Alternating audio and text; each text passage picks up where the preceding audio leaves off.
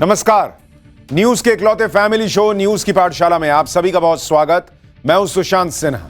ये वो पाठशाला जहां सबकी क्लास लगती है। और सबसे पहले आपको बता दूं कि आज कौन कौन सा चैप्टर खोलने वाला हूं।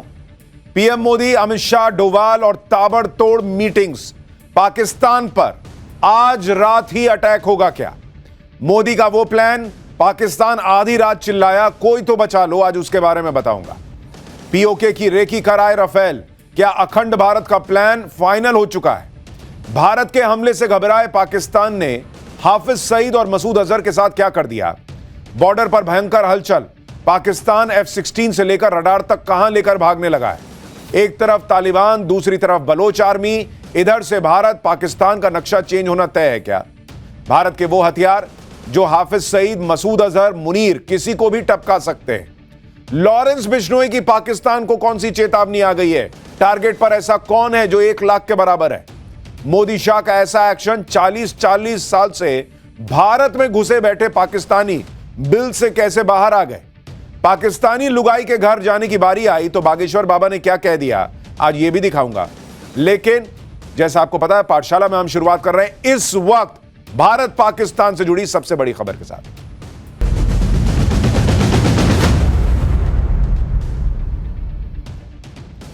बॉस, आज की डेट में देश में सबसे बड़ा प्रश्न यह है कि क्या पाकिस्तान के लिए आज की रात सबसे भारी है? क्या आज रात ही पाकिस्तान पर अटैक हो जाएगा? आज इसके कई संकेत मिले और इसे समझने के लिए आपको आज पूरी पाठशाला देखनी जरूरी है। फिलहाल इस वक्त जो सबसे बड़ा संकेत, सबसे बड़ी खबर, वो आपके सामने रखने जा रहा हूं। प्रधानमंत्री नरेंद्र मोदी से मिलने एनएसए अजीत डोवाल पीएम के घर पहुंच गए। पीएम के घर पर नरेंद्र मोदी और अजीत डोवाल की मीटिंग इस वक्त चल रही है जब आप ये शो देख रहे हैं। सीसीएस यानी कैबिनेट कमेटी ऑन सिक्योरिटी की मीटिंग के बाद प्रधानमंत्री नरेंद्र मोदी और अजीत डोवाल की ये मीटिंग रात के इस वक्त होना, ये बहुत इंपॉर्टेंट है। आज 2 बार पीएम मोदी और अजीत डोवाल की बातचीत हो चुकी है और प्रधानमंत्री के घर पर इस वक्त ये मीटिंग चल रही है।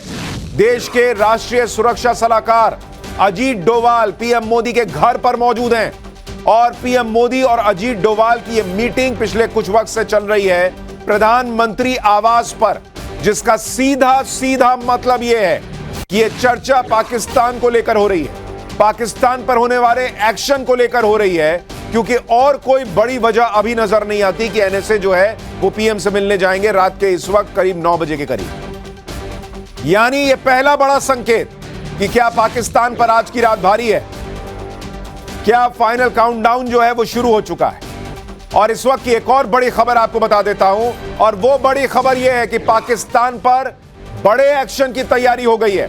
सिंधु जल समझौते पर अमित शाह की एक और मीटिंग हुई है। इस अहम मीटिंग में जल शक्ति मंत्री भी मौजूद थे। पाकिस्तान को बूंद बूंद पानी के लिए तरसा देने का जो पूरा ब्लूप्रिंट है वो फाइनल होता जा रहा है। और ऐसा नहीं है कि सिर्फ एक निर्णय ले लिया और छोड़ दिया। प्रधानमंत्री के घर पर एनएसए अजीत डोवाल बैठे हैं, गृह मंत्री के घर पर जल शक्ति मंत्री बैठे हुए थे थोड़ी देर पहले, उनकी मीटिंग चली है। और कहा जा रहा है कि यह मीटिंग जो सिंधु जल समझौता रद्द हुआ है उसको लेकर मीटिंग हुई है कि कैसे पाकिस्तान को बूंद बूंद के लिए तरसा देना है। सिंधु जल समझौते पर पाकिस्तान से भी इस वक्त एक बड़ी खबर आ रही है। सिंधु जल संधि पर रोक से चौतरफा पाकिस्तान घिर गया है। पाकिस्तान की इंटरनेशनल कोर्ट और वर्ल्ड बैंक जाने की तैयारी कर रहा है वो। ICJ और वर्ल्ड बैंक के सामने पाकिस्तान अब गिड़गिड़ाएगा कि भारत ने जो ये पानी बंद किया है इससे हमें बचाइए, नहीं तो हम तबाह हो जाएंगे, हम बर्बाद हो जाएंगे। तो हमारे यहां देश में कुछ लोग जो हैं वो मोदी विरोध में कह रहे थे कि ये सिंधु जल समझौता जो है उसको अगर स्थगित कर दिया तो क्या ही हो गया। क्या हो गया? आपको पाकिस्तान की इस जो उसकी हड़बड़ाहट है उससे समझना चाहिए कि वो इंटरनेशनल कोर्ट ऑफ जस्टिस और वर्ल्ड बैंक के सामने गिड़गिड़ाने जा रहा है कि बॉस मोदी को रोकिए, किसी तरीके से ये सिंधु जल समझौता जो स्थगित हुआ है उसको फिर से पटरी पर लाइए, नहीं तो हम बर्बाद हो जाएंगे। तो लगातार बड़ी बड़ी खबरें आ रही हैं।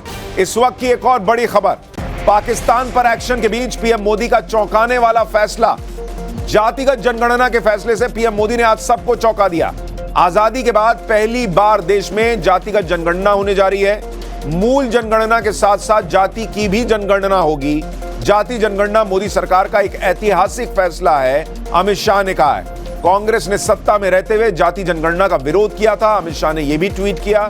कांग्रेस ने विपक्ष में रहते हुए जाति जनगणना पर राजनीति की थी, यह भी अमित शाह ने आरोप लगाया है। यानी एक तरफ पाकिस्तान अलबलाया हुआ है कि भारत करने क्या वाला है, और यहां नरेंद्र मोदी बिल्कुल कूल हैं, बिल्कुल शांत दिमाग से अपना काम किए जा रहे हैं। और पॉलिटिक्स के लेवल पर आप सोचिए, इससे बड़ा फैसला इस वक्त लेने के लिए मतलब आपको कलेजा चाहिए बॉस, कि आप इतने शांत हो। जैसे क्रिकेट में महेंद्र सिंह धोनी को मिस्टर कूल कहा जाता है, आप प्रधानमंत्री के लिए सोचिए कि इतना तनाव उनको होगा कि पाकिस्तान पर क्या एक्शन होना है, क्या रिपरकशन होगा, नहीं होगा।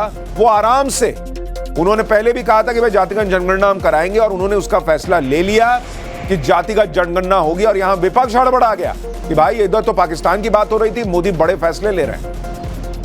लेकिन नरेंद्र मोदी ने जिस तरह से आज जातिगत जनगणना पर पूरे देश को चौंका दिया, जिस तरह से जातिगत जनगणना पर विपक्ष की पूरी राजनीति एक झटके में खत्म कर दी, वैसे ही पाकिस्तान को लग रहा है कि उसके लिए भी सरप्राइज आने वाला है।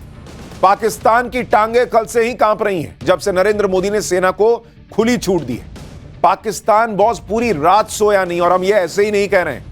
उसकी सेना और उसके नेताओं की नींद उड़ी हुई है। पूरी रात वो आसमान ताकते रहे कि कब भारत से कोई बम तो नहीं गिर जाएगा। जैसे तैसे पाकिस्तान की रात कटी तो सुबह नरेंद्र मोदी ने बैक टू बैक मीटिंग बुलाकर पाकिस्तान की धड़कनें तेज कर दी। आज पीएम मोदी के आवास पर 4 बड़ी मीटिंग्स हुई हैं।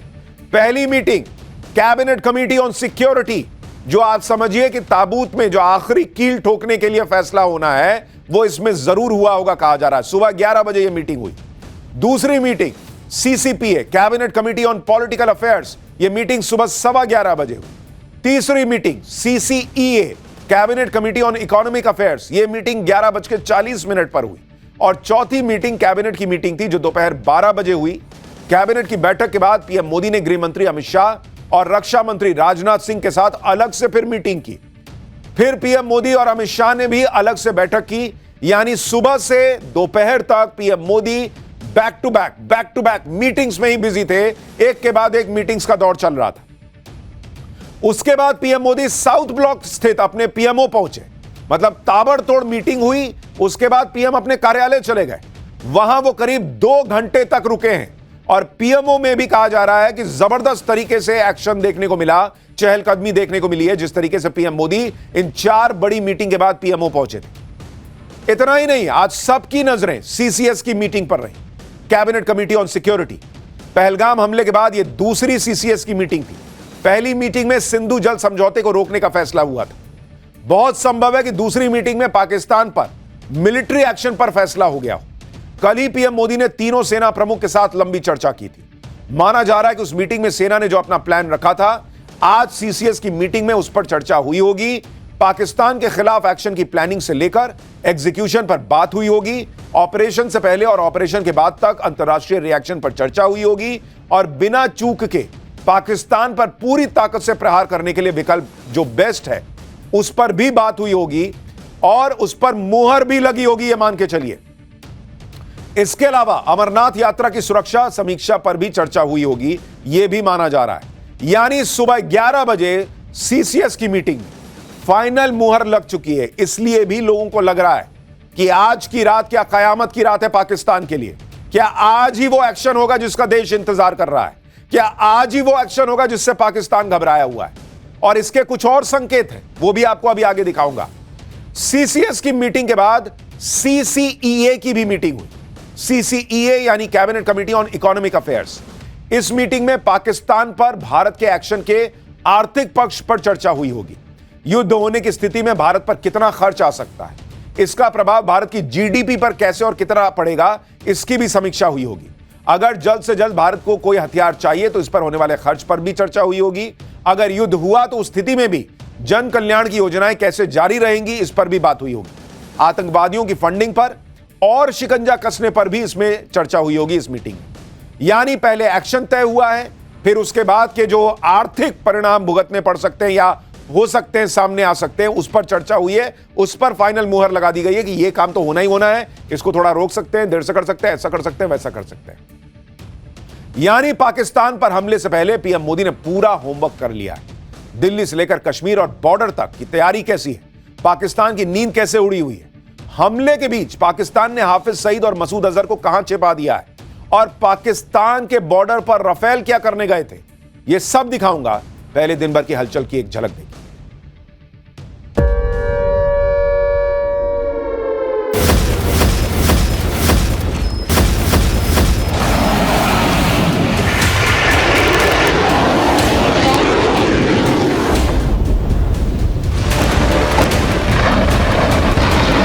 समय सीमित है, लक्ष्य बड़े हैं।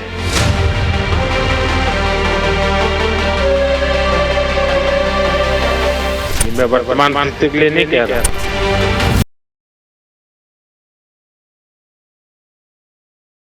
पाकिस्तान में तुम एक मलेरिया की दवा नहीं बना सकते। भारत बहुत आगे है, भारत से पंगा मत लो।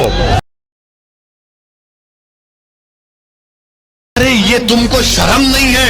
तुम एक मोटरसाइकिल का टायर तैयार नहीं कर सकते।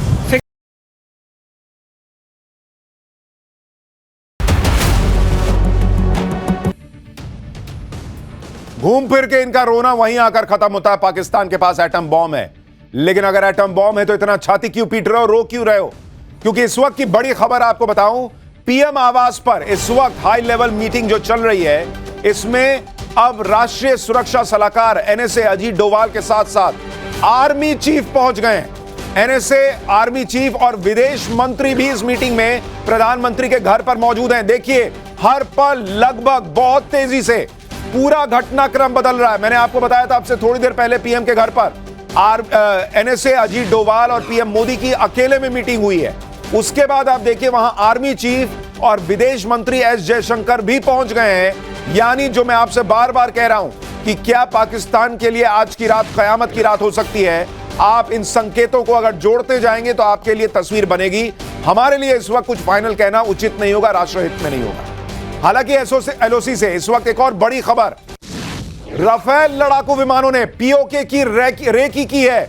यह बहुत बड़ी खबर है कि भारत के जो राफेल लड़ाकू विमान हैं, उन्होंने कल रात पीओके की रेकी की है।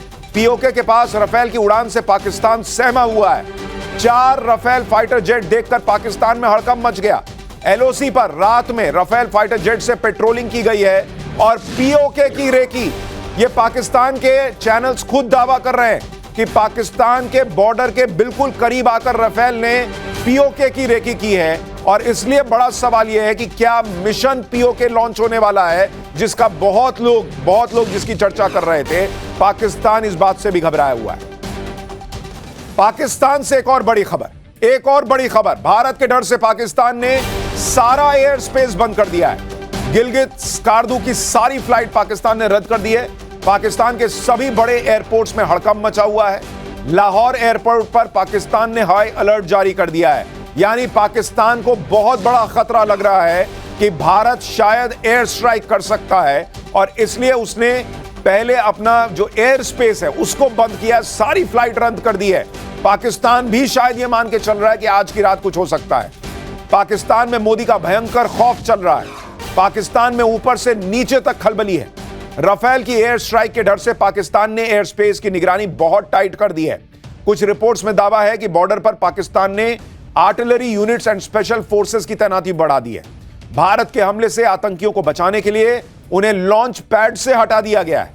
पाकिस्तान यूनाइटेड नेशंस यानी यूएन और बाकी देशों से गुहार लगा रहा है, हाथ जोड़ रहा है कि भारत के हमले से बचाओ। पाकिस्तान के मंत्री आधी रात में प्रेस कॉन्फ्रेंस कर रहे हैं, जागकर कह रहे हैं कि भारत 24 से 36 घंटे में अटैक करने वाला है।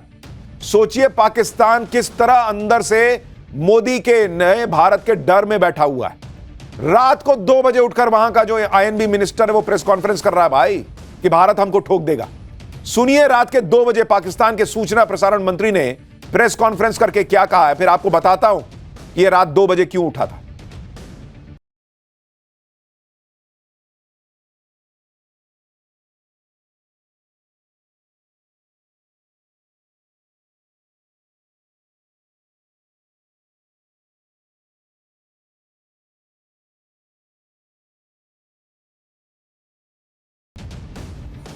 आप देखिए पाकिस्तान का आईएनबी मिनिस्टर रात के 2-2:30 बजे यह प्रेस कॉन्फ्रेंस कर रहा है।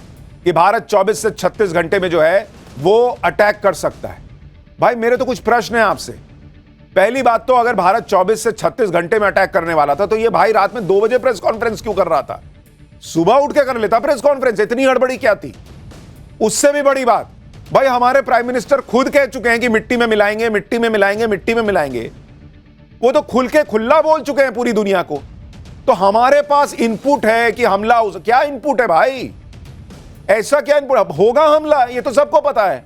इनपुट क्या लाए हो? ये रात को 2 बजे इसलिए उठे हैं क्योंकि इनकी हालत खराब है। ये रात के 2 बजे दुनिया से एक्चुअली मदद मांग रहे थे कि भाई हमको कोई बचाओ, ये कभी भी ठोक देंगे।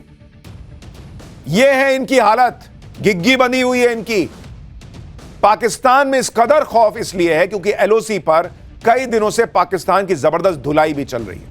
पाकिस्तान बौखलाकर गोलीबारी कर रहा है, भारत दोगुनी ताकत से पाकिस्तान को ठोक रहा है। कल रात को भी बौखलाहट में पाकिस्तान ने जम्मू के परगवाल सेक्टर में इंटरनेशनल बॉर्डर पर गोलीबारी शुरू कर दी थी। आप देखिए कि पिछले कुछ दिनों में एलओसी पर ताबड़तोड़ बमबारी हुई है। पहलगाम हमले के बाद से पिछले 1 हफ्ते में पाकिस्तान ने बॉर्डर पर 51 लोकेशन पर फायरिंग की है। उरी, पुंछ, सुंदरबनी, कुपवाड़ा, बारामूला, नौशेरा, अखनूर में गोलीबारी कर रहा है पाकिस्तान। और मैंने आपको बताया था कि पाकिस्तान जब घबराता है तो शेलिंग पर आ जाता है, वो गोलीबारी करता है, गोलाबारी करता है। उसको लगता है कि बाप रे बाप रात में कुछ हो ना जाए, तो वो क्या करता है, बम गिराने लगता है कि ताकि जो सामने से अगर कोई आ रहा होगा तो उसको लगे कि अरे ये तो यहां पर है, ये तो देख रहे हैं, ये तो नजर रख रहे हैं, कोई कहीं पर बम गिरेगा, कम से कम थोड़ी देर के लिए तो एक्शन रुकेगा। तो पाकिस्तान घबराहट में बम चलाने लगता है। एलओसी के आखिरी गांव से आपको एक ग्राउंड रिपोर्ट दिखाता हूं, फिर एलओसी से एक बड़ी खबर आ रही है वो बताऊंगा। हम इस समय लाइन ऑफ कंट्रोल के एक नजदीकी इलाके में हैं। ये लाइन ऑफ कंट्रोल का आखिरी गांव है और मेरे सहयोगी मीर महराज आपको ये एक्सक्लूसिव तस्वीरें दिखाएंगे लाइन ऑफ कंट्रोल के इलाके की, और उसके साथ साथ जो लाइन ऑफ कंट्रोल पर फेंस है आपको साफ तस्वीरों में दिखाई दे रही होगी। यही वो इलाका है जो बिल्कुल लाइन ऑफ कंट्रोल से सटीक है और यहाँ पर 2 साल 3 साल पहले भी पाकिस्तानी सेना लगातार जो है सीज फायर का उल्लंघन कर रहा था। तो ये वो बैंक है जहां पे ये फिर जो है आ जाते हैं और यहां पे छुप जाते हैं, यहां पे अपनी जान बचाते हैं। इस वक्त एलओसी से एक और बड़ी खबर आ गई है। भारत और पाकिस्तान के डीजीएमओ यानी director generals of military operations के बीच बातचीत हुई है। पाकिस्तान की तरफ से सीज फायर उल्लंघन को लेकर बातचीत की गई है। सीज फायर के उल्लंघन पर भारत की पाकिस्तान को चेतावनी कि भाई ये सब रोको, ये तमाशा नहीं चलेगा। पाकिस्तान पूरी दुनिया के सामने इस वक्त गिड़गिड़ा रहा है कि मोदी के हमले से बचाओ। खबर है कि पिछले कुछ दिनों में पाकिस्तान ने 12 देशों को अप्रोच किया है। इसमें चीन शामिल है, सऊदी अरब, ईरान, कतर, यूएई, तुर्की, UK, Hungary, Azerbaijan, Egypt, Kuwait और बहरीन से पाकिस्तान ने बातचीत की है कि भाई कोई तो मदद के लिए आओ। पाकिस्तान चाहता कि ये देश बीच बचाव करें, बातचीत से कोई रास्ता निकलवा दें। बदले में पाकिस्तान पहलगाम हमले की स्वतंत्र जांच की बात कर रहा है। तुम स्वतंत्र जांच करोगे? पहले जो क्रेडिबल एविडेंस हमने दिया है कि तुम्हारा एक जो आर्मी में रहा हुआ व्यक्ति है, पैरा कमांडो, वो आया है इधर हमला करने, और उसके बाद तुम क्या जांच करोगे भाई? ये सब तमाशा छोड़ो। तुम्हारा एक मंत्री बाद में कह चुका, एक नेता संसद के अंदर, कि पुलवामा हमने किया था। तो पहले तो आप पुलवामा से भी मना करते थे, इन्होंने 26/11 नहीं माना, उसके तमाम सबूत हैं कि इन्होंने किया था। ये देश कभी मानने वाला है? लेकिन ये घबराया हुआ है। इंडिया सारे देशों को बुला के सबूत दिखा रहा है कि देखो हम पाकिस्तान को ठोकने वाले हैं, वजह यह है इसलिए ठोके। ये क्या कर रहे हैं भाई? कोई बचाओ, ऐसी हालत है। पाकिस्तान की कोशिश है कि किसी तरह भारत बस रुक जाए। भारत ने दुनिया को डंके की चोट पर बताया कि वो पाकिस्तान को छोड़ेगा नहीं। दुनिया के बड़े बड़े देशों के नेता पीएम मोदी को फोन कर चुके हैं। भारत जिन भी देशों से बात कर रहा है उनको साफ बता रहा है कि पाकिस्तान को आतंकवाद की सजा भुगतनी होगी। कल जब पीएम मोदी तीनों सेना प्रमुख के साथ हाई लेवल मीटिंग कर रहे थे, पाकिस्तान पर एक्शन का प्लान बना रहे थे, उसी दौरान यूनाइटेड नेशंस के चीफ एंटोनियो गुटेरेस ने विदेश मंत्री एस जयशंकर से बात की थी और पहलगाम हमले की निंदा की थी। इस बातचीत में यूएन चीफ ने भारत और पाकिस्तान के बीच बढ़ते तनाव पर चिंता जताई थी, लेकिन भारत ने भी अपना रुख साफ कर दिया कि वो इस हमले के दोषियों, साजिशकर्ताओं और मददगारों को उनके अंजाम तक पहुंचाने के लिए प्रतिबद्ध है। इसके अलावा मंगलवार को विदेश मंत्री एस जयशंकर ने यूएन सिक्योरिटी काउंसिल के 7 नॉन परमानेंट मेंबर से बात की और उन देशों को पाकिस्तान की करतूत के बारे में बताया। यह बात भी दोहराई कि भारत दोषियों को कड़ी सजा देगा। यानी यूनाइटेड नेशन से भी बातचीत में भारत ने क्लियर कर दिया कि वेरी गुड, आप कह रहे हैं कि पहलगाम में जो हुआ गलत था, वेल डन, ऐसा ही कहना चाहिए। आप कह रहे हैं कि जो हुआ आतंक के खिलाफ लड़ाई मजबूत होनी चाहिए, वेल डन, वेरी गुड, ऐसा होना चाहिए, लेकिन जो सजा देनी है वो हम देंगे। भारत किसी प्रेशर में नहीं आ रहा बॉस। इस वक्त पाकिस्तान के आतंकियों को भारत इस बार हर हाल में सजा देकर रहेगा। यह बात पाकिस्तान अच्छे से समझ गया है, इसलिए अब पाकिस्तान ने इन आतंकियों को बचाने का नया प्लान बनाया। पाकिस्तान से इस वक्त एक और बड़ी खबर, पाकिस्तान को हाफिज सईद और मसूद अजहर के मारे जाने का डर है। हाफिज सईद और मसूद अजहर को अज्ञात जगह पर शिफ्ट किया गया है, ऐसी खबरें आ रही हैं। मोस्ट वांटेड आतंकवादियों को पाकिस्तान ने अंडरग्राउंड कर दिया है। यानी आप सोचिए, जिस वक्त पाकिस्तान को चिंता होनी चाहिए कि भाई हम भारत को मतलब कैसे रोकें, उस वक्त भी वो आतंकियों को बचा रहा है। इतना बड़ा हमदर्द है वो आतंकियों।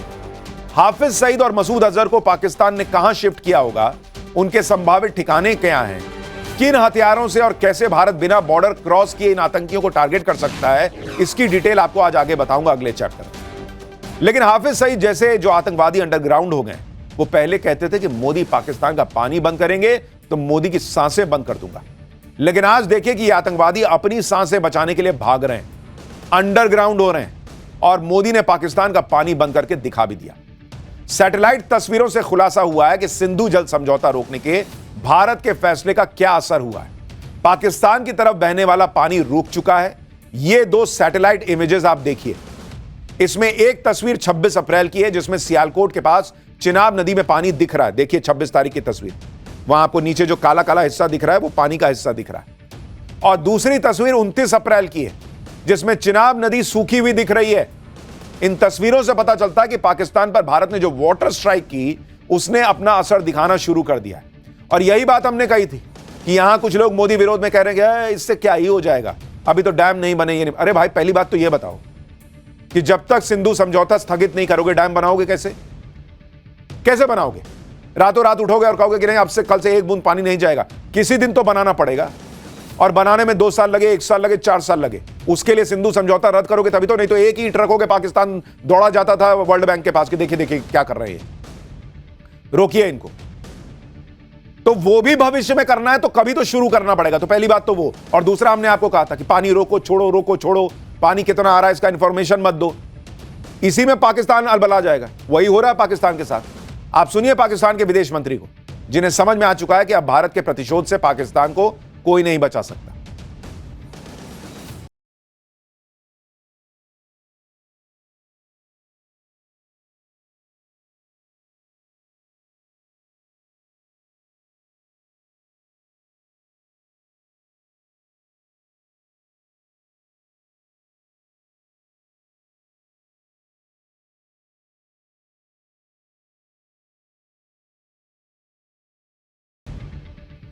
अगर इसे आप समझें, जो ये भाई साहब कह रहे थे, इसका भावार्थ निकालें। जैसे पेपर में कई बार लिखना होता है कि भावार्थ बताइए क्या कह रहे हैं, भाव क्या है। यहां कवि ये कहना चाह रहा है कि हम भिखारी देश है पाकिस्तान, हमारे पास पैसा नहीं है लड़ने का, लेकिन क्या करें, भारत ठोकने आएगा तो कुछ तो करना पड़ेगा। ये खुद वो बता रहा है। पाकिस्तान का दम निकला जा रहा है। लेकिन हमारे यहां कुछ लोग हैं जो कह रहे हैं कि मोदी ने सेना को फ्री हैंड दे दिया तो क्या ही अद्भुत कर दिया। एक बार संजय राउत को सुनिए जरा, कैसी कैसी बातें कर रहे हैं, फिर आपको बताता हूं कि ओवैसी ने कैसे जवाब दिया है। आर्मी को फ्री हैंड देना ये कोई बड़ी बात नहीं है। देश की, हमारे हिंदुस्तान की आर्मी बहुत बड़ी आर्मी। प्रधानमंत्री ने आर्मी को फ्री हैंड दिया है, आर्मी को फ्री हैंड देना ही चाहिए। आर्मी है इसलिए कश्मीर भारत में है। आर्मी को फ्री हैंड तो कश्मीर में भी था ना, फिर भी हमला हुआ है। आपकी जो बात है कि हमने हमारे फौज को फ्री हैंड दिया है, लेकिन पॉलिटिकल लीडरशिप की क्या भूमिका है उसमें? आर्मी के ऊपर छोड़कर आप इस समस्या से अपने आप को झटक नहीं सकते। क्या ऐसा नहीं है झटक दिया? आप जिम्मेदार है, देश का गृह मंत्रालय जिम्मेदार है। इस देश के लोग भी सोचते हैं कि ये कैसे नेता हैं, ये कैसी पॉलिटिक्स है इनकी, कि इस समय में भी मतलब मोदी विरोध में इनका खत्म ही नहीं हो रहा। कह रहे हैं फ्री हैंड दे ही दिया तो क्या हो गया। अरे बॉस, फ्री हैंड देना यही सबसे बड़े नेतृत्व के दृढ़ इच्छा शक्ति का परिचायक होता है। नहीं तो इसी देश में 26/11 करके लोग चले गए थे आतंकी, और भारत क्या देता था? फ्री हैंड नहीं देता था, भारत डोजियर देता था। यह हालत थी भारत की। एयरफोर्स तैयार थी पाकिस्तान को ठोकने के लिए 26/11 के बाद। फ्री हैंड नहीं मिला था तब की सरकार से, और आज ये कह रहे हैं कि फ्री हैंड दे ही दिया तो क्या बड़ी बात हो गई। एक तरफ संजय राउत जैसे नेता हैं, दूसरी तरफ ओवैसी है। ओवैसी ने तो पिछले कई दिनों से पूरे देश को चौंका रखा है, पाकिस्तान की क्लास लगा रखी है। सुनिए ओवैसी ने पाकिस्तान को क्या जवाब दिया है। संजय राउत किसी और से नहीं तो कम से कम ओवैसी से ही सीख ले।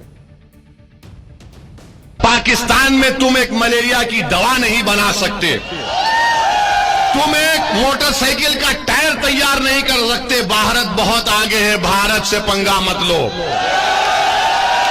अल्लाह का शुक्र है कि हमारे बुजुर्ग नहीं गए वहां पर, वरना इन पागलों को हमको देखना पड़ता। जो लोग गए उनको बर्दाश्त कर रहे हैं। हमको पाकिस्तान से कभी मतलब था ना कभी रहेगा। अरे ये तुमको शर्म नहीं है कि तुम्हारे मुल्क को चीन के पास गिरवी कर दी हो और तुम इस्लाम की बात करते हो? वो चीन जो जिनजियांग में मुसलमानों को 20 लाख मुसलमानों को कैद में बंद कर दिया, जिनको जबरन सूअर खिलाया जा रहा है चीन में, आज वो मिनिस्टर इस्लाम की कामयाबी की बात करता है। बॉस, ये तो आज इस देश में बहुत सारे नेताओं को देखना चाहिए जो पाकिस्तान के मतलब लिए तो नहीं, लेकिन ऐसी बातें बोलते हैं जो पाकिस्तान के काम आ रही है, कि कम से कम ओवैसी से सीखें कि ऐसे समय में कैसे देश के साथ खड़ा हुआ जाता है। पाकिस्तान घबराहट में ऐसी ऐसी बातें कर रहा है जिससे वो पूरी दुनिया के सामने जोकर साबित हो गया है। पूरी दुनिया पाकिस्तान पर हंस रही है। पाकिस्तान का हाल तो यह है कि वो पन्नू जैसे जोकर के भरोसे बैठा है कि पन्नू उसे बचाएगा, और बातें पाकिस्तान कर रहा है कि बाबरी मस्जिद से तो असीम मुनीर अजान पढ़े। सुनिए पाकिस्तान के एक नेता ने क्या कहा है।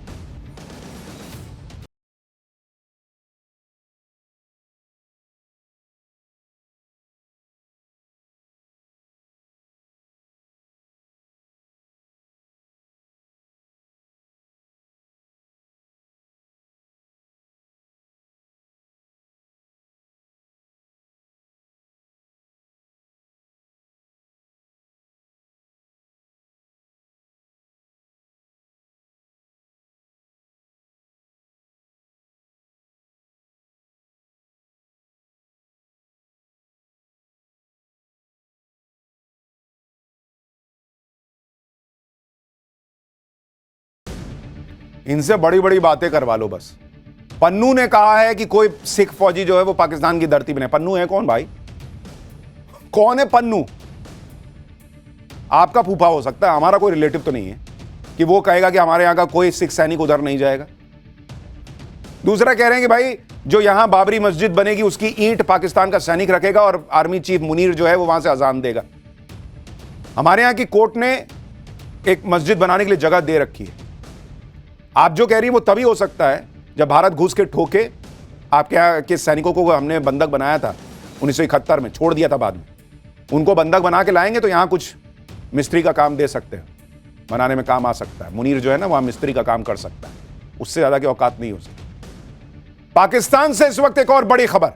पाकिस्तान में सेना और पुलिस के बीच ही भिड़ंत हो गई है। आपस में सेना और पुलिस के जवान लड़ रहे हैं। पाकिस्तान के खैबर पख्तूनख्वा में सेना और पुलिस की लड़ाई की खबर आ रही है।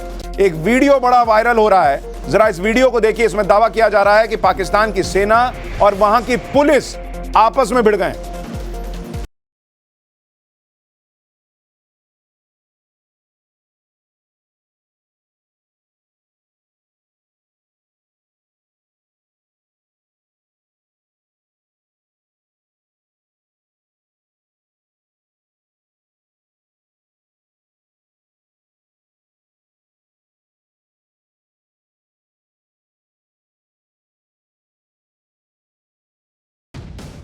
भाई साहब, पाकिस्तान में मार मची हुई है। पाकिस्तान के साथ क्या होने वाला है किसी को पता नहीं है। अगर किसी को पता है तो वो सिर्फ नरेंद्र मोदी और भारत की सेना को पता है कि वो पाकिस्तान के साथ क्या करने वाली। वैसे पाकिस्तान पर विक्ट्री के लिए भारत की तैयारी पूरी है। इस विक्ट्री को देखने के लिए पीएम मोदी ने रूस के विक्ट्री डे परेड में जाना कैंसिल कर दिया है। पीएम मोदी अब 9 मई को रूस नहीं जाएंगे। रूस के राष्ट्रपति व्लादिमीर पुतिन ने पीएम मोदी को विक्ट्री डे परेड में शामिल होने का न्योता दिया था। पहले यह भी खबरें थी कि पीएम मोदी की जगह रक्षा मंत्री राजनाथ सिंह जा सकते हैं, लेकिन सूत्रों के हवाले से खबर है कि राजनाथ सिंह भी अब रूस नहीं जाएंगे। रॉयटर्स की रिपोर्ट के मुताबिक रूस के इस इवेंट में चीन के राष्ट्रपति शी जिनपिंग भी शामिल होंगे। वर्ल्ड वॉर 2 में रूस की जीत को लेकर हर साल मॉस्को में विक्ट्री डे परेड मनाई जाती है। रूस भारत का पुराना दोस्त है। पीएम मोदी और पुतिन की गहरी दोस्ती है, लेकिन इसके बावजूद अगर पीएम मोदी रूस नहीं जा रहे हैं तो आप समझ सकते हैं कि किसी भी समय कुछ बड़ा होने वाला है। और खुद प्रधानमंत्री नरेंद्र मोदी यहीं पर रहकर एक एक चीज देखना चाहते हैं, अपने कंट्रोल में चीजें रखते हुए ये एक्शन हो, ये देखना चाहते हैं। पाठशाला में अब अगली क्लास। बॉर्डर पर भयंकर हलचल। पाकिस्तान F-16 से लेकर रडार तक कहां लेकर भागने लगा। एक तरफ तालिबान, दूसरी तरफ बलोच आर्मी, इधर से भारत। पाकिस्तान का नक्शा चेंज होना तय हो गया है क्या? अब इसका चैप्टर।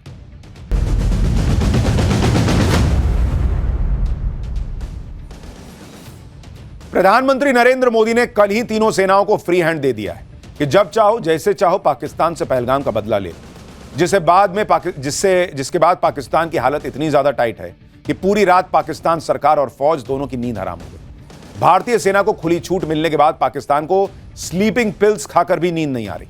पाकिस्तान के सूचना मंत्री ने तो सुबह होने तक का इंतजार नहीं किया, आधी रात 2 बजे प्रेस कॉन्फ्रेंस की कि बस भारत जैसे अब हमला कर देगा, कोई तो बचाए।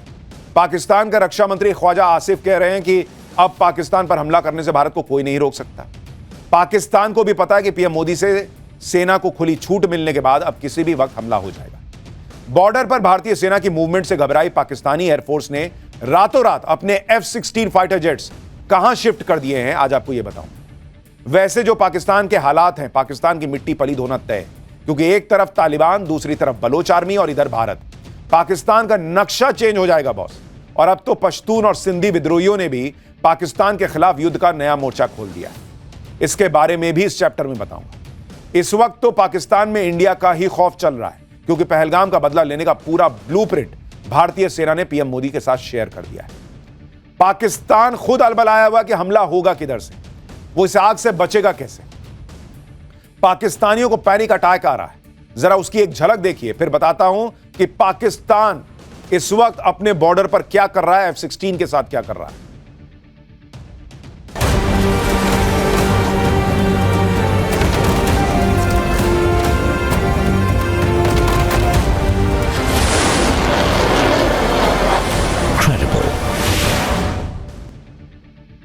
भारत के अटैक को लेकर पाकिस्तान आर्मी पिछले 7 दिनों से लगातार जाग रही है।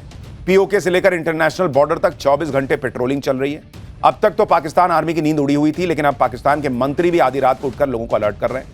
कल रात 2 बजे पाकिस्तान के सूचना मंत्री अत्ता तरार ने एक प्रेस कॉन्फ्रेंस की। इसमें पाकिस्तान के लोगों को अलर्ट करते हुए बताया कि भारत अगले 24 से 36 घंटे में अटैक करने वाला है। इसी बीच यह खबर आई कि भारत के S-400 मिसाइल सिस्टम के हमले के डर से पाकिस्तान एयरफोर्स ने अपने F-16 फाइटर जेट ग्वादर के इलाके में भेज दिए। पाकिस्तान का डर और भी बढ़ गया जब वहां के चैनल्स पर यह खबर फैल गई कि इंडियन एयरफोर्स के राफेल फाइटर जेट्स पीओके के आसपास पेट्रोलिंग कर रहे थे, रेकी कर रहे थे। पाकिस्तान के डरे होने की इससे बड़ी बात क्या होगी कि भारत के हमले के डर से हाफिज सईद जैसे आतंकियों को सीक्रेट जगह पर छुपा रहा है वो। इसके अलावा कल रात बलूच लिबरेशन आर्मी ने पाकिस्तानी खुफिया एजेंसी ISI के एक एजेंट को मौत के घाट उतार दिया।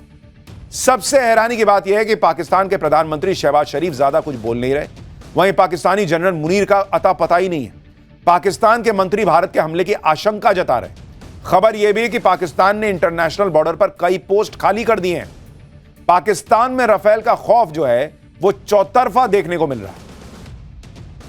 पाकिस्तान के डर का अंदाजा आप इसी बात से लगा सकते हैं कि पाकिस्तान एयरफोर्स ने अपने F-16 फाइटर जेट्स को रातों रात गायब कर दिया। आमतौर पर युद्ध के दौरान हथियारों की ताकत चेक की जाती है, उन्हें तैयार किया जाता है। एक तरफ भारत के राफेल पीओके के आसपास गरज रहे हैं, लेकिन दूसरी तरफ पाकिस्तान अपने F-16 को छुपाने के लिए जगह ढूंढ रहा है। खबर आई है कि भारत के सबसे ताकतवर मिसाइल सिस्टम S-400 के डर से पाकिस्तान एयरफोर्स ने अपने F-16 फाइटर जेट को ग्वादर इलाके में भेज दिया है, ताकि S-400 की रेंज से F-16 को बचाया जा सके। दरअसल पाकिस्तान के ज्यादातर एयरबेस भारत के बॉर्डर से 400-500 किलोमीटर की दूरी पर आते हैं। भारत का advance S-400 defence system 400 kilometre की रेंज में आने वाले ठिकानों को उड़ा सकता है। इसलिए S-400 के डर से पाकिस्तान ने अपने F-16 फाइटर जेट्स को ग्वादर के पास पसनी एयरबेस पर तैनात कर दिया है। ग्वादर का यह एयरबेस भारत के बॉर्डर के करीब 1500 किलोमीटर की दूरी पर है। पाकिस्तान को दूसरा डर यह भी है कि अगर उसने F-16 इस्तेमाल भारत के खिलाफ किया तो इससे अमेरिका नाराज हो सकता है, क्योंकि अमेरिका ने इस फाइटर जेट को सिर्फ आतंकवाद के खिलाफ मिशन के लिए बेचा था। ऐसे में पाकिस्तान ने भारत से लगी सीमा पर JF-17 लड़ाकू विमान को तैनात किया है, लेकिन चीन में बने ये फाइटर जेट्स तो कबाड़ हैं, जिनके बारे में हमने आपको कल ही बताया। आगे बढ़ने से पहले आपको पाकिस्तान के F-16 की नई लोकेशन बता देता हूं। पसनी एयरफील्ड जो बलूचिस्तान के ग्वादर इलाके में आता है, वहां पर ये F-16 शिफ्ट किए गए। आप देखिए जो बॉर्डर का इलाका है, भारत से ये जगह करीब 1500 किलोमीटर दूर है। अगर मैं आपको यहां पर दिखाऊं, जरा इस जगह पर दिखाइए, ये आप जब मैप को यहां देखेंगे आपको बेहतर ढंग से समझ में आएगा कि ये वो हिस्सा है। तो ये पाकिस्तान का बॉर्डर है। अब पाकिस्तान क्या देख रहा है कि यहां हर जगह आप देखिए S-400 भारत ने S-400 लगा रखा है।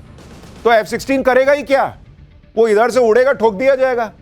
तो उसने S-400 के प्रकोप से बचाने के लिए जो F-16 यहां इन जगहों पर तैनात होते थे उनको उठाया और यहां पर पसनी जो ग्वादर पोर्ट है के पास का इलाका है, वहां पर उसको शिफ्ट किया है अपने F-16 को। तो ये तो उसकी घबराहट का आलम है। पाकिस्तान को लगता है कि पीओके और इंडियन बॉर्डर से भागकर वो अपने F-16 को बचा सकता है, लेकिन शायद वो ये भूल रहा है कि भारत के पास राफेल जैसे फाइटर प्लेन है जिससे लंबी दूरी की मिसाइल्स फायर की जा सकती है।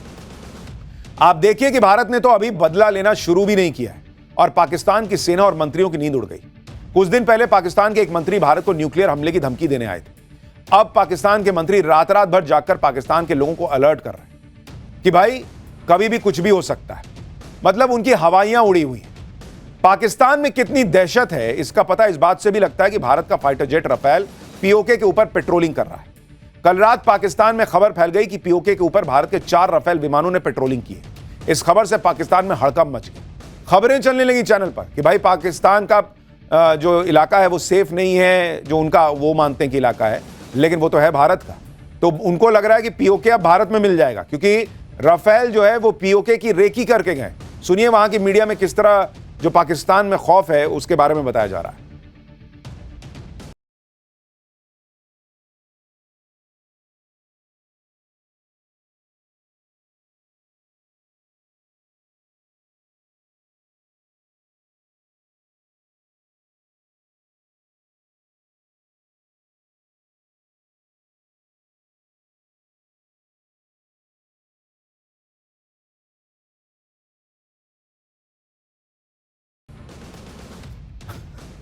अब उसके चैनल को खबर तो चलानी है, तो कह रहा है कि भाई राफेल जो है वो हड़बड़ा गया जिस तरह से पाकिस्तान ने रिएक्ट किया। अरे भाई तुम खुद ही बता रहे हो कि हम अपने ही एरिया में थे और राफेल को जाने की जरूरत नहीं होती, वो इधर से ही ठोक सकता है।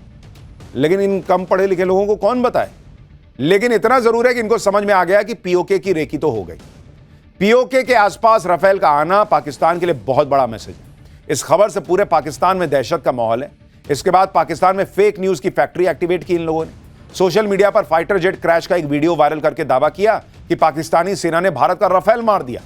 भारत सरकार के प्रेस इंफॉर्मेशन ब्यूरो यानी पीआईबी ने तुरंत पाकिस्तान के इस झूठ की पोल खोल दी। बताया कि पाकिस्तानी सेना ने भारत का कोई फाइटर जेट नहीं गिराया। भाई जो वीडियो वायरल कर रहे हो वो राफेल का है ही नहीं। 2024 में क्रैश हुई एक सुखोई विमान का है। यानी पाकिस्तान में हमले का खौफ इस कदर है कि अपने डर को छुपाने के लिए प्रोपेगेंडा वॉर कर रहा है। खुद को युद्ध के लिए तैयार बताने के लिए पाकिस्तान फेक न्यूज फैला रहा है, लेकिन इससे ज्यादा वो कुछ कर भी नहीं सकता। इसलिए पाकिस्तान की तरफ से जुबानी फायरिंग ज्यादा हो रही है। पाकिस्तान के मंत्री अपने मुंह से ही भारत पर न्यूक्लियर बम गिरा देंगे, ऐसा लग रहा है जैसे जीप की जगह न्यूक्लियर बम हो, क्या अभी लत से गिरा देंगे। भारत को न्यूक्लियर अटैक की धमकी देने वालों में अब मियां नवाज शरीफ की बेटी मरियम नवाज का नाम भी जुड़ गया है। वो भी लाइन में लग गए कि मैं क्यों नहीं बोलूंगी, मैं भी बोलूंगी कि हम न्यूक्लियर अटैक करेंगे। सुनिए मरियम को।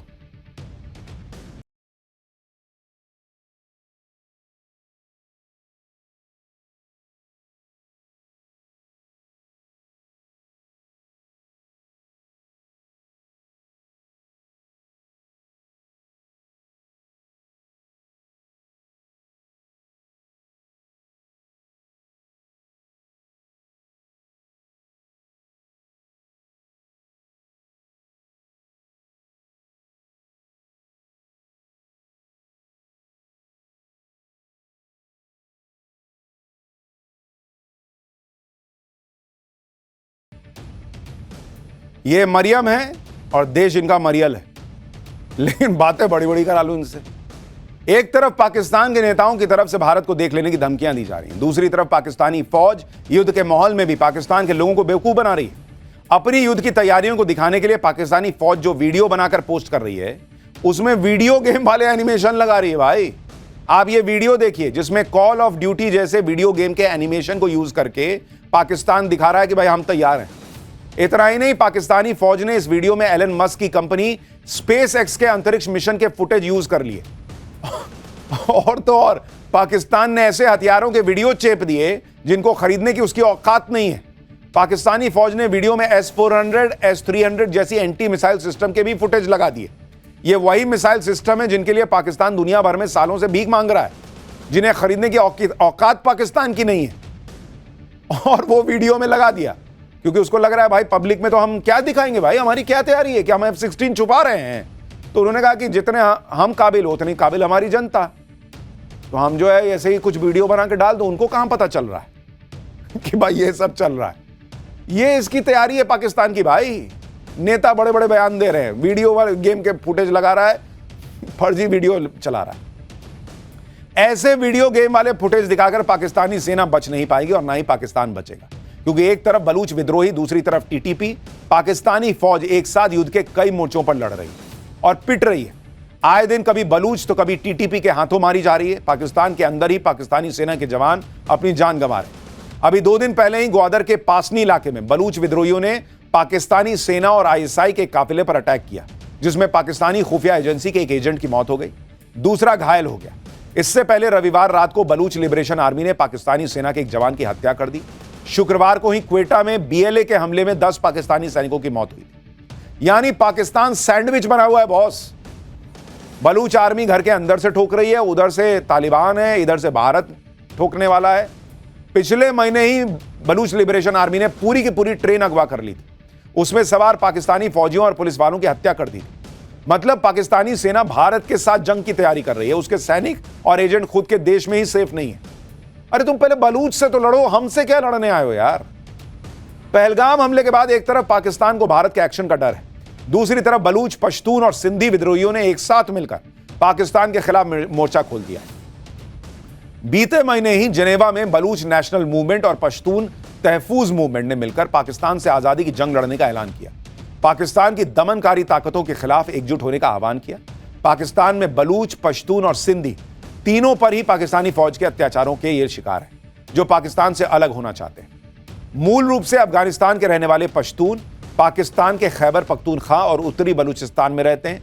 इनकी संख्या करीब 3 करोड़ है, जो पाकिस्तान की जनसंख्या का 18% है। पंजाबियों के बाद पश्तून ही पाकिस्तान का दूसरा सबसे बड़ा जातीय समूह है। बलूचों की तरह पश्तूनों पर भी पाकिस्तानी आर्मी अत्याचार करती है। पाकिस्तानी फौज पर पश्तूनों के नरसंहार और अपहरण के आरोप लगते रहते हैं। बलूचों की तरह पश्तून भी पाकिस्तान से आजादी की मांग कर रहे हैं। अब जब पाकिस्तान की आर्मी भारत से लड़ने के लिए इधर खड़ी होगी, तो सोचिए उधर कितना बड़ा विद्रोह होगा, उनको कौन संभालेगा। इसलिए मैं कह रहा हूं कि पाकिस्तान का नक्शा बदल सकता है।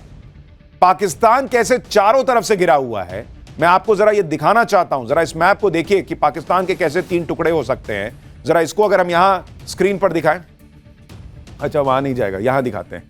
चलिए जरा स्क्रीन पर दिखाइए कि जो मैप में आपको दिखा रहा था कि गिलगित बाल्टिस्तान में बगावत चल रही है। आप देखिए वहां पर बलूचिस्तान में, ऊपर गिलगित बाल्टिस्तान में।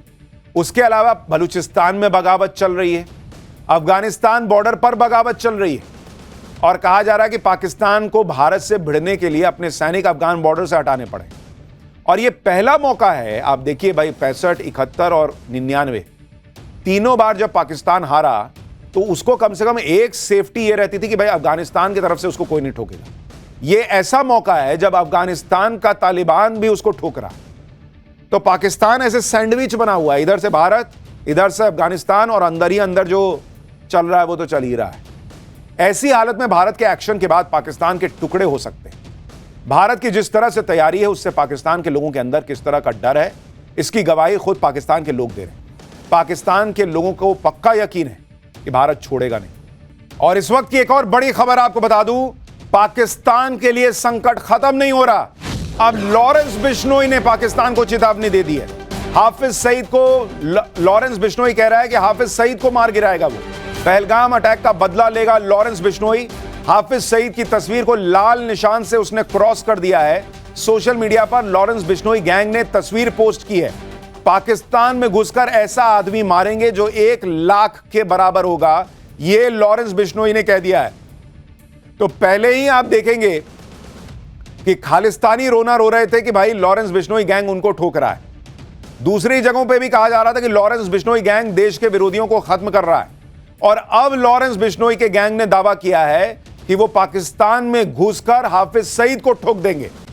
लॉरेंस बिश्नोई, हालांकि कई लोगों को लगता है कुछ भी कर सकता है, क्योंकि वो जेल के अंदर बैठे बैठे दुनिया के किसी भी टारगेट को टपका देता है। कोई बड़ी बात नहीं है कि अगर लॉरेंस बिश्नोई ने ठान लिया तो हाफिज सईद जैसे आतंकियों का भी काम तमाम हो जाए। हाफिज सईद को लेकर पहले से ही पाकिस्तान की धड़कनें बढ़ी हुई हैं, क्योंकि हाफिज सईद जैसे आतंकी भारत के बड़े टारगेट हैं। इसी से पाकिस्तान सरकार परेशान है। पीएम शहबाज शरीफ को अस्पताल में एडमिट होना पड़ा। पाकिस्तानी आर्मी चीफ असीम मुनीर के अंडरग्राउंड होने की खबर है। पाकिस्तान मान रहा है कि किसी भी वक्त बड़ा एक्शन होगा। और जो टारगेट लिस्ट है उसमें कैसे किसका नाम है और उन पर कैसे भारत जो है हमला कर सकता है, अब वो दिखाता है।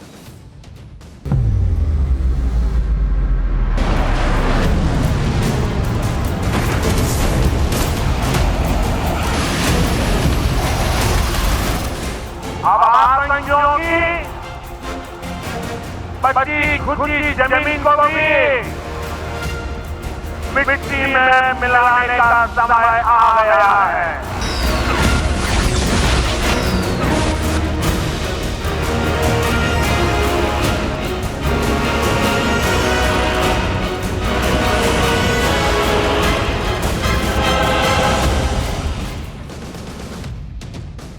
अब आप यह भी देखिए कि पाकिस्तान में भारत की किस टारगेटेड अटैक वाली लिस्ट की इन दिनों चर्चा हो रही है, और जिसकी वजह से पाकिस्तान की सरकार सब कुछ छोड़कर आतंकियों को बचाने में जुट गई।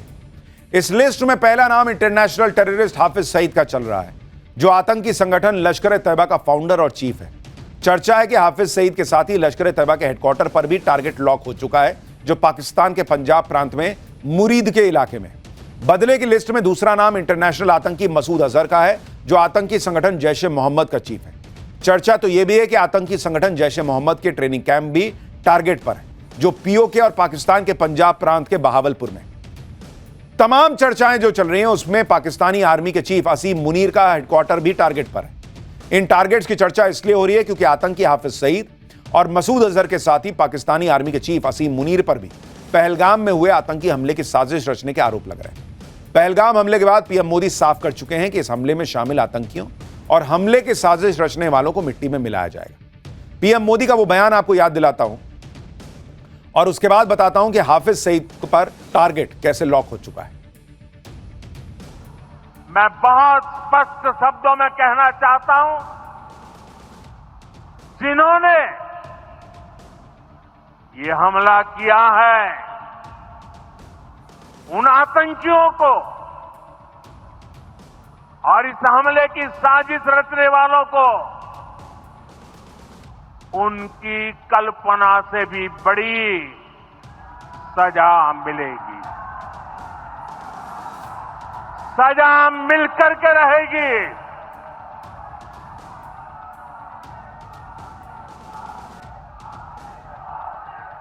अब आतंकियों की बची खुची जमीन को भी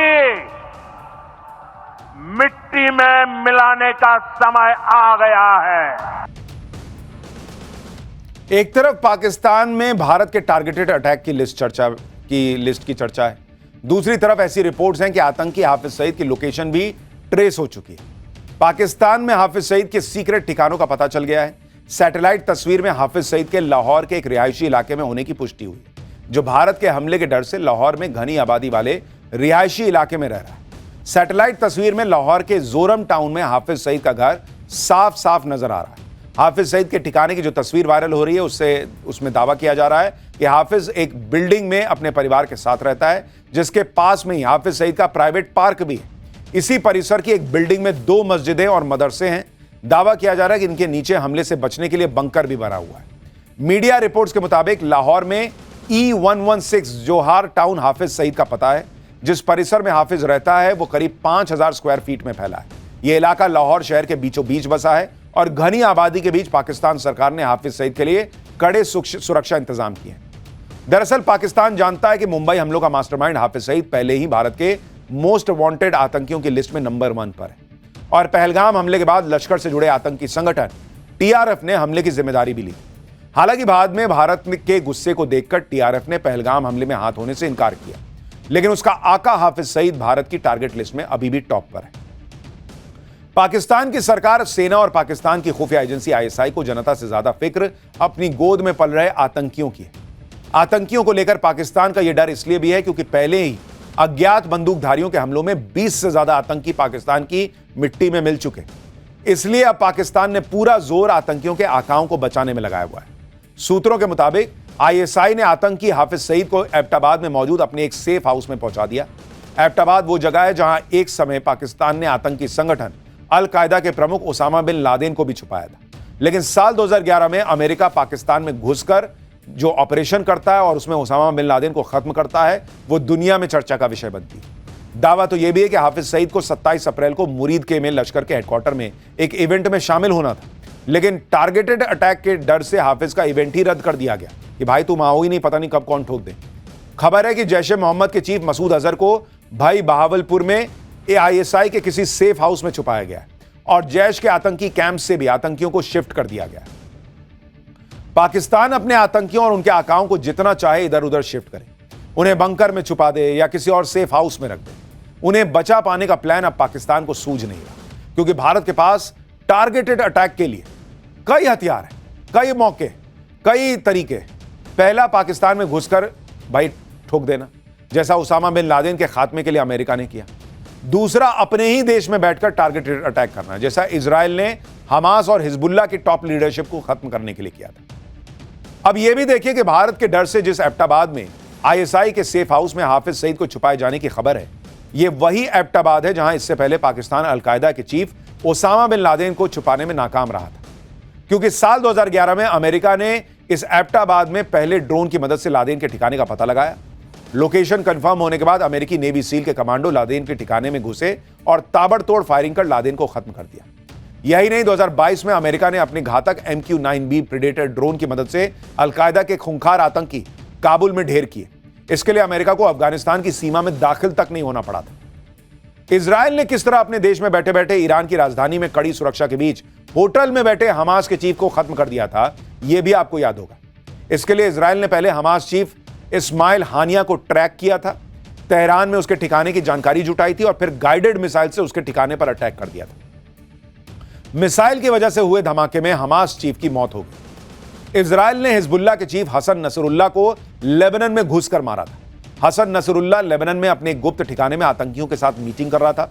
इजराइल ने उसकी लोकेशन को ट्रेस किया और हवाई हमला करके उस इमारत में करीब बंकर बस्टर 80 बम गिराए, जिससे हुए धमाके में इमारत और उसमें बना बंकर ध्वस्त हो गया और नसरुल्लाह समेत सभी आतंकी मारे गए। यानी ऐसा नहीं है कि हाफिज सईद और दूसरे आतंकी कहीं छुप जाएंगे, मसूद अजहर वगैरह, तो उनको मारना जो है वो नामुमकिन है।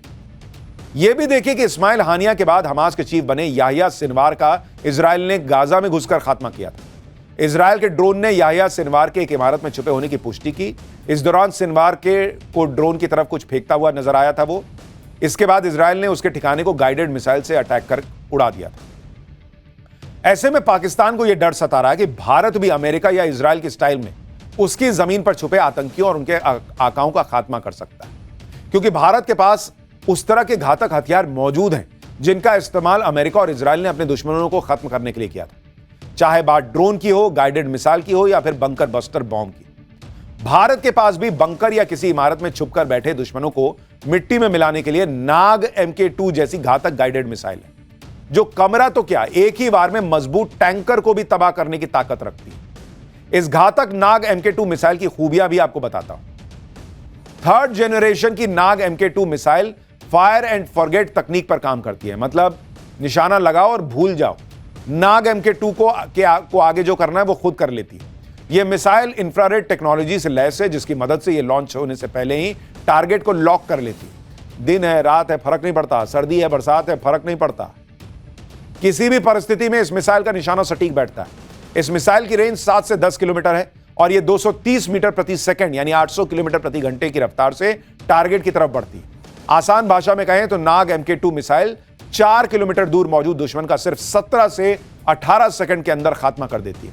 सिर्फ 45 किलोग्राम वजन और करीब 6 फीट लंबी इस मिसाइल को कंधे पर रखकर आसानी से लॉन्च किया जा सकता है।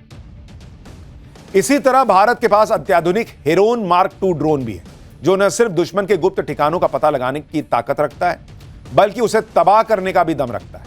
इस ड्रोन की खूबियों की बात करें तो हेरोन मार्क 2 ड्रोन का सैटेलाइट लिंक इसे 36 घंटे तक लगातार उड़ान भरने की ताकत देता है। यह ड्रोन BLOS यानी बियॉन्ड लाइन ऑफ साइट तकनीक से लैस है, यानी इसे देश के किसी भी कोने से ऑपरेट करके किसी भी इलाके की निगरानी की जा सकती है।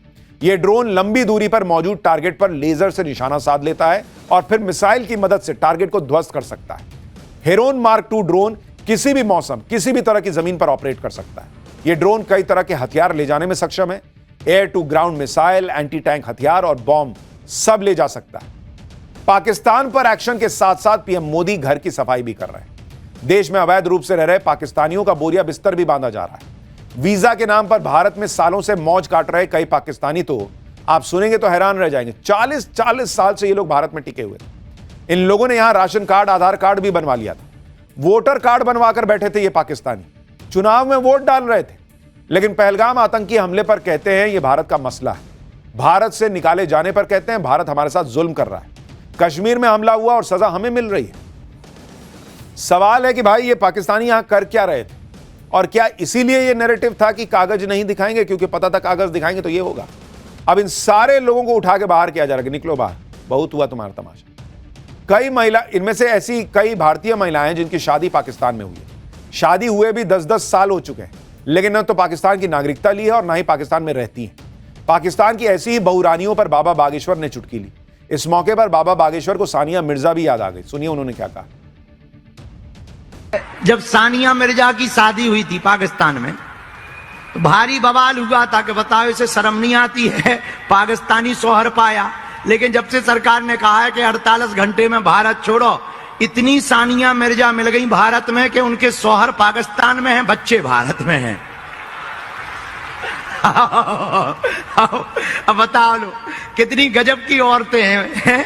80,000 औरतें ऐसी मिली भारत में जिनको खसम पाकिस्तान में है, पर जो है राशन भारत को खा रही हैं। धन्य पाकिस्तान वालों, हम समझ गए। बताओ तो। अच्छा, पाकिस्तान वाले भी शौहर वो खसम है जो कितने खतरनाक है, लुगाई भारत में छोड़े हैं। पीएम मोदी के आदेश के बाद सिर्फ वीजा ही रद्द नहीं हो रहा है, बल्कि ऐसे पाकिस्तानियों को चुन चुन कर वापस भेजा जा रहा है जिनके पास पूरे पेपर नहीं। इन्हीं में से एक है बारामूला की रहने वाली परवीन अख्तर। आप सुनकर हैरान रह जाएंगे कि परवीन है तो पाकिस्तान की नागरिक, लेकिन पिछले 40 साल से भारत में रह रही हैं। भारत में शादी हुई, भारत में ही बच्चे हुए, तीनों बच्चों की शादी भी भारत से ही की। अब जब उन्हें वापस पाकिस्तान भेजा जा रहा है तो बच्चों की दुहाई दे रही। सुनिए पाकिस्तानी मोहतरमा। मुझे यहाँ 40 साल हो गए हैं भैया, 40 साल से मैं यहाँ रह रही हूँ। मेरे बच्चे 3 हैं, तीनों की शादियाँ मैंने की है। पढ़ा इन्होंने इधर ही है, मोदी नगर में पढ़ा है। किस सरकार से क्या चाहे, क्या देंगे ये। इस वक्त हमें दरबदर करके इस पुलिस वैन में हमारी बेइज्जती हुई है। ये हम बाइज्जत लोग हैं, हम बाइज्जत शहरी हैं, तो ये क्या कर रहे हैं हिंदुस्तान वाले। अच्छा देखिए, रह यहां रही हैं, पाकिस्तान जाने में बुरा लग रहा है और कह रही हैं कि क्या कर रहे हैं हिंदुस्तान वाले। ये भी नहीं कह रहे कि हमारे घर वाले क्या कर रहे हैं, हमारे अपने हिंदुस्तान वाले क्या कर रहे हैं हिंदुस्तान वाले। इनके लिए हिंदुस्तान अलग है, दिल पाकिस्तान में है, रहना हिंदुस्तान में।